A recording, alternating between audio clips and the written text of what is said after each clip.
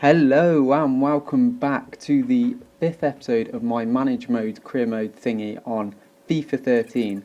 And as you expect, I've got a pretty decent episode here for you in my kind of usual format as we're going straight into our first game of this episode, which is actually Leeds versus Sheffield Wednesday. And in this episode I've got two pretty decent games for you, along with a few transfer negotiations. As you know, we're still in August because it's the championship, and so there's plenty of time to still do transfers. So these are going to be the majority, like going to be two games, and then obviously the transfers for the August. But first half of this game, as usual, I had a very slow first start. See, highlight is me taking a free kick. I'm missing absolutely diabolically, but it was a pretty slow first start. Apart from here in the 19th minute, my keeper makes an incredible save. He was really keeping me into the game here. Anyway, we're now into the second half here, and I decided to make a double sub with Asnug and Thompson coming on. Unfortunately, Byram was taken off because I wasn't feeling he was bringing me that much onto the table in this game. But once again, Fierro picked it up in the outside, cut inside, and was unfortunate not to score there, hitting the crossbar. And I was really struggling here, and McCormack gets called for offside. So it was one of these games where I wasn't really getting any. Another great save by the keeper there. He was really on top form, not going to lie. Without him being on form, I would have really been struggling. And they pick it up again, and my keeper was unfortunate not to get there, but I did have my slice of luck. I was just going on to say before I got interrupted that it was one of those games where I wasn't getting much luck, but I was fortunate enough for it to hit the post there. So I'm trying to hit Wednesday on the counter here. Polion picks it up here, weaves inside a bit, and then keeper makes a good save. Unfortunately for me, in the 90th minute, McCormack is in the right place at the right time for once. I seem to be a bit of a 90-minute wonder man in this series, and you see I'm able to score quite a few times in the 90th, and you see the keeper makes an absolute fantastic triple save here to actually allow me to win this game. I was like, oh my days, if the keeper was not on the form which he was in this game, I really do believe Wednesday could have probably beaten me 4 or 5-1. He was incredible. Definitely man of the match for me. Normally it's Fierro, as you guys will be aware from. Anyway, so after the game I jumped onto the transfer market, and I thought I'd just have a look what free agents were kind of knocking about, because you can normally pick up some pretty good deals. And I found this right mid here, and I haven't actually got a decent right mid in my squad. So I'm playing Byram actually in right mid, and he's actually a right back normally. So I thought, you know what, whack a cheeky little contract on him, see whether he'd want to come. And then I also found this 18-year-old striker.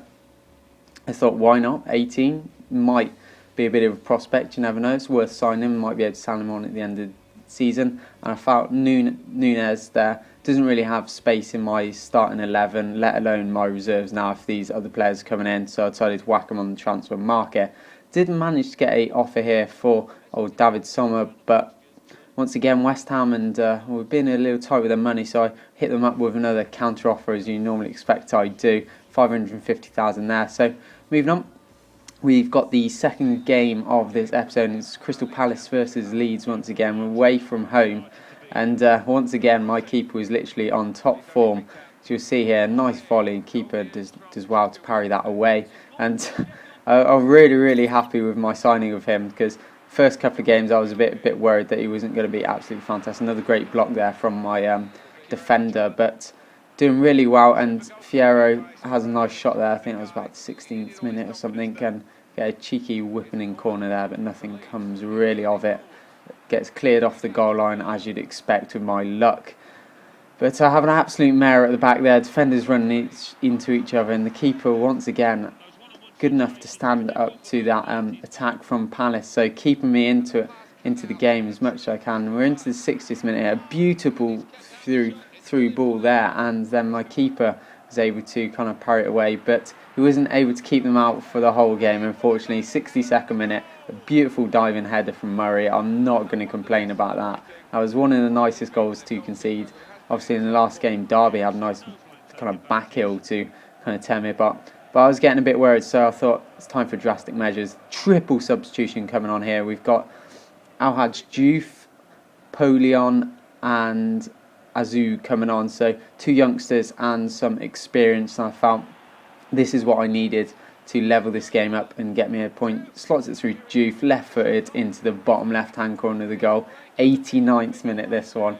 So once again, leaving it very, very late. I was absolutely buzzing when I scored this. I was just like, yes!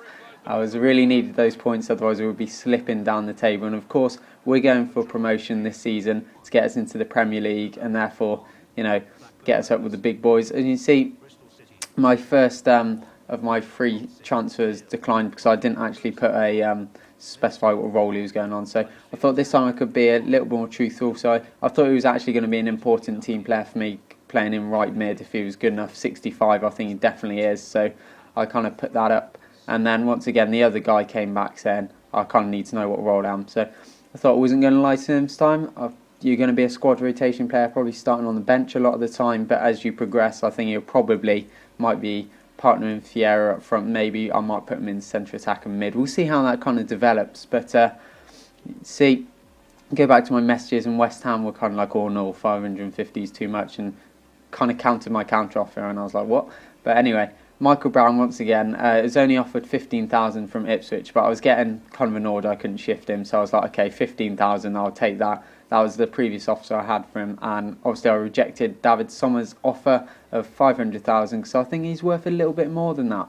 Anyway, this is the end of this episode. You can see I did manage to pick up my 2 free agents, which you'll be able to see in action into the next episode. So if you have enjoyed this episode, please leave a cheeky like, maybe a favourite, and share it with your friends to help grow the audience. That would be absolutely fantastic. And you see I did get Brown actually shifted finally.